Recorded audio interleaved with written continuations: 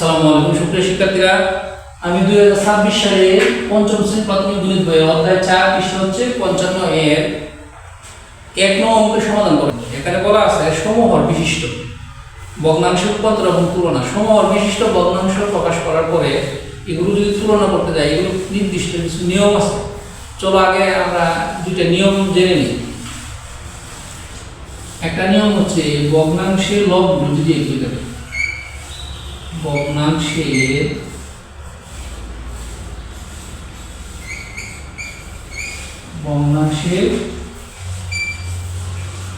লবগুলো যদি একই থাকে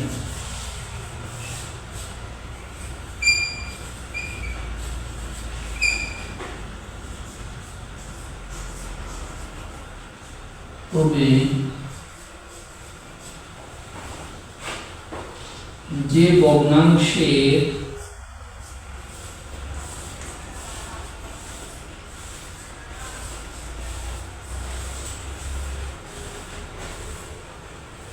হর বড়,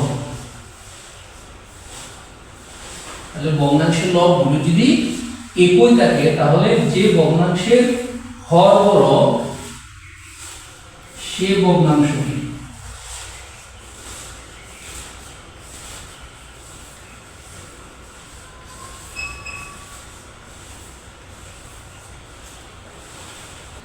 সেই ভগ্নাংশটির মান ছোট।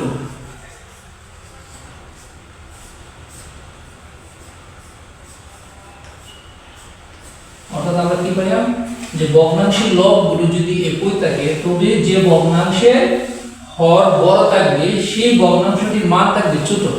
আমরা যদি উদাহরণ হিসেবে দেখি, মনে করো 6/5, 7/5, 9/5। এই যে আমরা তিনটা ভগ্নাংশ রাখলাম, এই তিনটা ভগ্নাংশের মধ্যে দেখো এই লব কিন্তু উপরে সবগুলো একই আছে 5, আর হর কিন্তু ভিন্ন আছে। একটা আছে 6, একটা আছে 7, একটা আছে 9। আমাদের নিয়ম অনুযায়ী যে ভগ্নাংশের যেহেতু লবগুলো একই আছে, তাহলে যে ভগ্নাংশের কি হর বড় থাকবে সেই ভগ্নাংশটি সবচেয়ে ছোট থাকবে এবং যে ভগ্নাংশের হরগুলো ছোট থাকবে সেটা থাকবে সবচেয়ে বড়।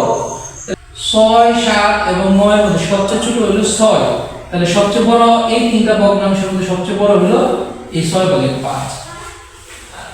তারপর এই দুইটা ভগ্নাংশ আছে, একটা হলো 7/5 আর একটা হলো 9/5। আমরা জানি 7 এবং 9 এই দুইটার মধ্যে সবচেয়ে ছোট সংখ্যা হলো 7, কিন্তু ভগ্নাংশের দিক দিয়ে যেহেতু লব একই আছে সেহেতু এই যে 7/5 9/5 এর চেয়ে বড় ভগ্নাংশের মানের দিক দিয়ে, তাহলে আমরা এগিয়ে বলব। অর্থাৎ এই তিনটা ভগ্নাংশের মধ্যে সবচেয়ে বড় হচ্ছে 6/5, তার চেয়ে অপেক্ষাকৃত ছোট হলো 7/5, এর চেয়ে অপেক্ষাকৃত হলো 9/5। আমাদের এখানে লেখা ছিল ভগ্নাংশের লবগুলো যদি একই থাকে তবে যে ভগ্নাংশের হর বড় থাকবে, দেখো এই ভগ্নাংশের হর সবচেয়ে বড় হলো 9, সেই ভগ্নাংশটির মান ছোট, তাহলে সবচেয়ে ছোট হলো এটা। অর্থাৎ এই তিনটা ভগ্নাংশের মধ্যে সবচেয়ে ছোট হলো এটা, এটার চাইতে বড় হলো এটা, এটার চাইতে বড় হলো এটা। আশা করি তোমরা এই যে ভগ্নাংশের লবগুলো যদি একই থাকে তাহলে এটার সূত্রটা বুঝতে পারছো। চলো আমরা এখন জানবো ভগ্নাংশের হরগুলো যদি একই থাকে তাহলে সূত্রটা কি হয়। আমরা এখন জানবো ভগ্নাংশের হরগুলো যদি একই থাকে, তাহলে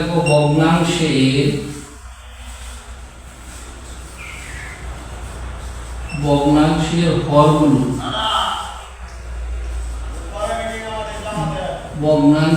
হরগুলো যদি একই থাকে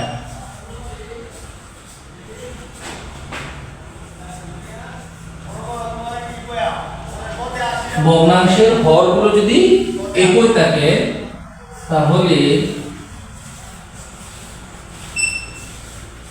যে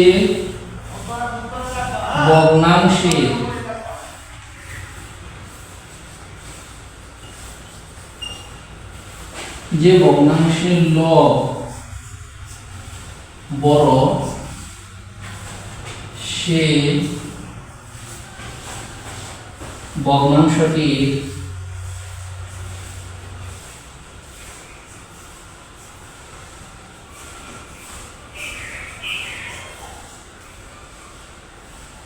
মান বড়। তাহলে আমরা কি পেলাম যে ভগ্নাংশের হরগুলো যদি একই থাকে তাহলে যে ভগ্নাংশের লব থাকবে বড় সে ভগ্নাংশটির মান বড়। চলো আমরা একটা উদাহরণের সাহায্যে বুঝি। মনে করো 5/7, 5/9, 5/12, এই যে তিনটা ভগ্নাংশ আছে এই তিনটা ভগ্নাংশের মধ্যে দেখো সবগুলো হর কিন্তু একই আছে, লবগুলো ভিন্ন। একটা লব আছে 7, একটা লব 9, একটা লব হচ্ছে 12। 7, 9, 12 মধ্যে সবচেয়ে বড় হলো এই তিনটার তুলনা 12। তাহলে আমরা সূত্রটা হচ্ছে যে যে ভগ্নাংশের লব বড় থাকে সেটাই সবচেয়ে বড়। তাহলে 12, 7 এবং 9 এর চেয়ে বড়, তাহলে আমরা চিহ্ন কিভাবে দেব? এভাবে দেব। এবং এই 7 এবং 9 এর মধ্যে তুলনামূলক বড় হলো 9। সুতরাং এই ভগ্নাংশটা অর্থাৎ 5/9 ভগ্নাংশটা 5/7 ভগ্নাংশে বড়। অর্থাৎ এই তিনটা ভগ্নাংশের মধ্যে সবচেয়ে ছোট হলো 5/7, এর চেয়ে তুলনামূলক বড় হলো 5/9, এর চেয়ে তুলনামূলক বড় হলো 5/12। আশা করি তোমরা যে ভগ্নাংশের হরগুলো যদি একই থাকে তাহলে এই সূত্রটা কি হবে সেটা তোমরা বুঝতে পারছো। আমরা এখন 55 পৃষ্ঠার 1 এর 1 নং অঙ্কের সমাধান করব। এটা আছে যে নিচের ভগ্নাংশগুলোকে সমহর বিশিষ্ট ভগ্নাংশে রূপান্তর করে তুলনা করুন। এই সমহর বিশিষ্ট ভগ্নাংশে প্রকাশ করে তারপর তুলনা করতে হচ্ছে। চলো আমরা 1 নম্বরের সমাধান করি। আছে 4/3, 5/3। এই ভগ্নাংশটা আসলে সমলব বিশিষ্ট ভগ্নাংশ, কারণ এটা লব 3, এটা লব 3। এখন আমরা এটাকে সমহর বিশিষ্ট ভগ্নাংশে প্রকাশ করব। সমহর বিশিষ্ট ভগ্নাংশের প্রকাশ নিয়ম হচ্ছে 4 আর 5 এর লসাগু করতে হবে। তাহলে আমরা এখানে লিখব সুতরাং ভগ্নাংশের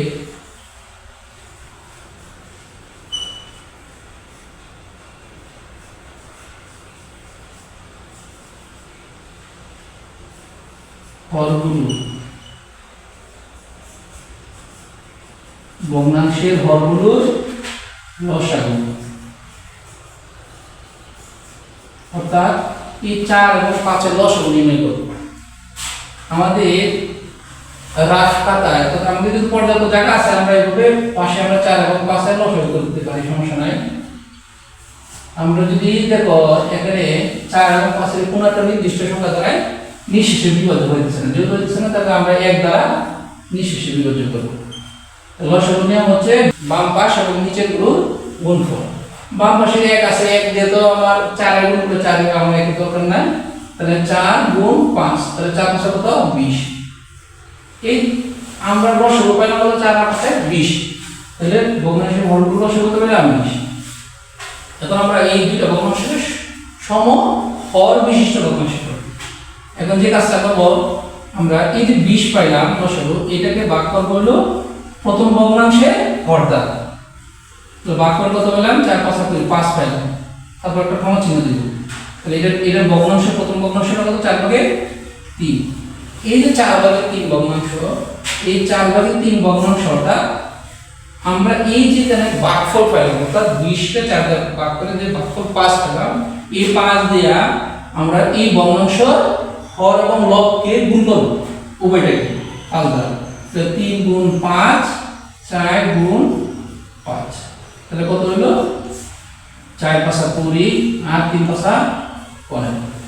তাহলে এই যে 4/3 কে আমরা সমহর বিশিষ্ট ভগ্নাংশে প্রকাশ করে কত পেলাম? 20/15। আর একটা ভগ্নাংশ হচ্ছে 5/3, সেটাকে আমরা এখন সমহর বিশিষ্ট ভগ্নাংশে প্রকাশ করব। ঠিক সেম আমাদের লসাগু যত হয়েছে উত্তরে, এই লসাগুকে আমরা ভাগ করব পরবর্তী ভগ্নাংশে হর দ্বারা। কত আছে? 5। আমরা যদি 20 এর 5 দ্বারা ভাগ করি তাহলে কত হয়? 4। এখন আমাদের ভগ্নাংশটা কত মান? 5/3। এখন আমরা কি করব? এই যে ভাগফলটা পাইলাম, এই ভাগফল দিয়া লব এবং হরকে গুণ করব।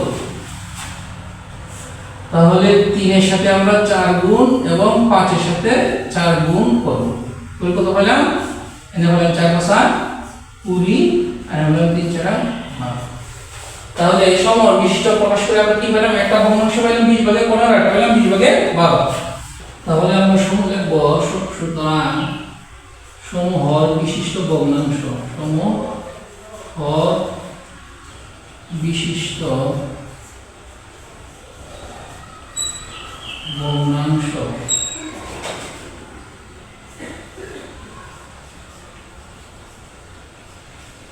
সমূহর বিশিষ্ট ভগ্নাংশ সমান 20 ভাগে 15, 20 ভাগে 12। এখন যেহেতু এটাকে তুলনা করতে বলছে, তাহলে তুলনা অর্থাৎ যদি ভগ্নাংশের নিয়মটা কি, যে ভগ্নাংশের যদি হরগুলি যদি একই থাকে তাহলে যে ভগ্নাংশের লব বড় সেটা বড়। তাহলে 12 এবং 15 এর মধ্যে সবচেয়ে বড় কত? 15। তাহলে এই ভগ্নাংশের মান বড়। তাহলে আমরা কি লিখব? 20 ভাগে 15 বড়, এই যে বড় চিহ্ন দিলাম, আর হলো এদিকে লিখব 20 ভাগে 12। এখন এই 20 ভাগে 15 প্রকৃতপক্ষে কোন সংখ্যাটা ছিল? 20 ভাগে 15 প্রকৃতপক্ষে ছিল 4 ভাগে 3। আমরা এটা করি,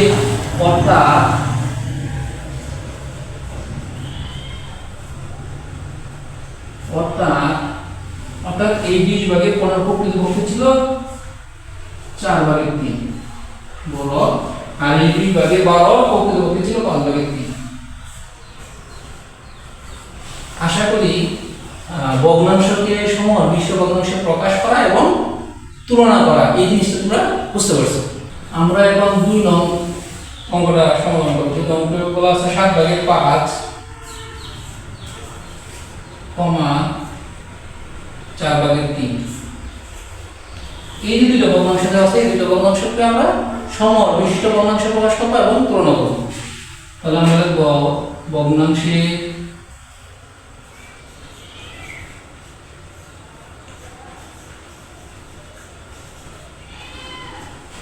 হর, ভগ্নাংশ হর 7, 4 এর লসাগু। তাহলে এই যে 7 এবং 4 এর লসাগু আমরা করব।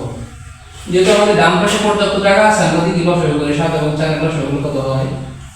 দেখো 1 দিয়ে যদি ভাগ করি 7 এর, তাহলে 7 বারই না। 1 দিয়ে যদি 4 এর ভাগ করি তাহলে 4ই না। অন্য কোনো সংখ্যা দ্বারা কিন্তু এই 7 এবং 4 কে নিশ্চয়ই বাদ যায় না। সেহেতু আমরা কি করব? 7 গুণ 4, 4 7 28। এই 28 হচ্ছে লসাগু। তাহলে আমরা এখানে লসাগু লিখব 28।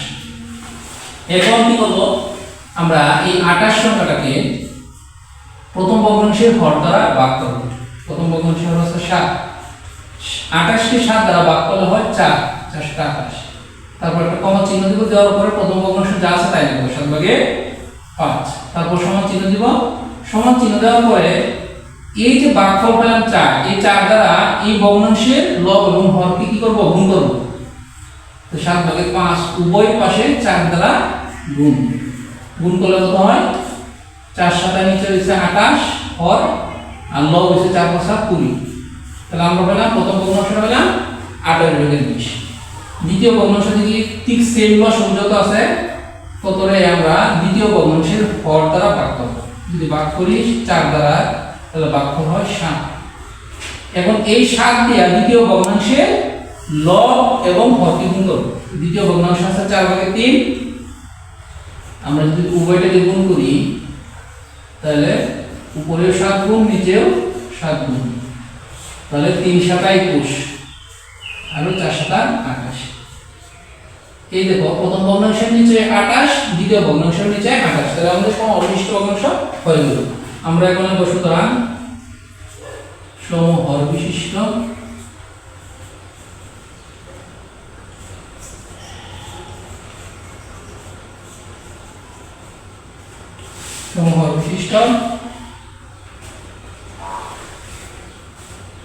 ভগ্নাংশ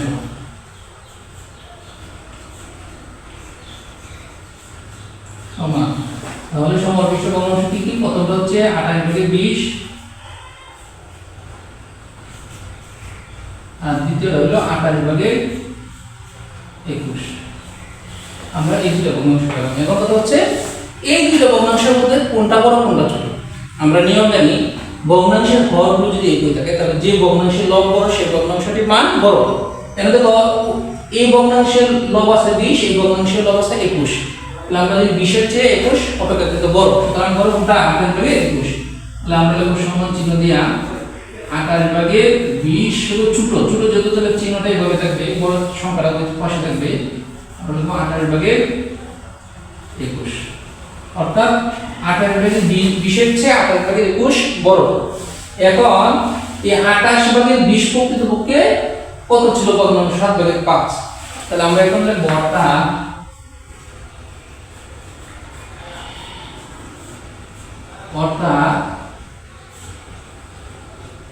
7 ভাগে 5 হলো ছোট, আর বড় হলো এই 4 ভাগে 3। আশা করি এই ভগ্নাংশ দুটোকে সমবিশিষ্ট ভগ্নাংশে প্রকাশ করলাম, আর সমবিশিষ্ট ভগ্নাংশে প্রকাশ করার পর আমি তুলনা করলাম কোনটা বড় কোনটা ছোট। আশা করি তোমরা এই 1-2 অঙ্কের সমাধান বুঝতে পারছো। সুপ্রিয় শিক্ষার্থীরা, আজকে এই পর্যন্তই। আমার ভিডিওগুলো যদি তোমাদের ভালো লেগে থাকে তাহলে অবশ্যই আমার চ্যানেলটি সাবস্ক্রাইব করে আমার পাশে থাকো। সকলকে ধন্যবাদ। আসসালামু আলাইকুম।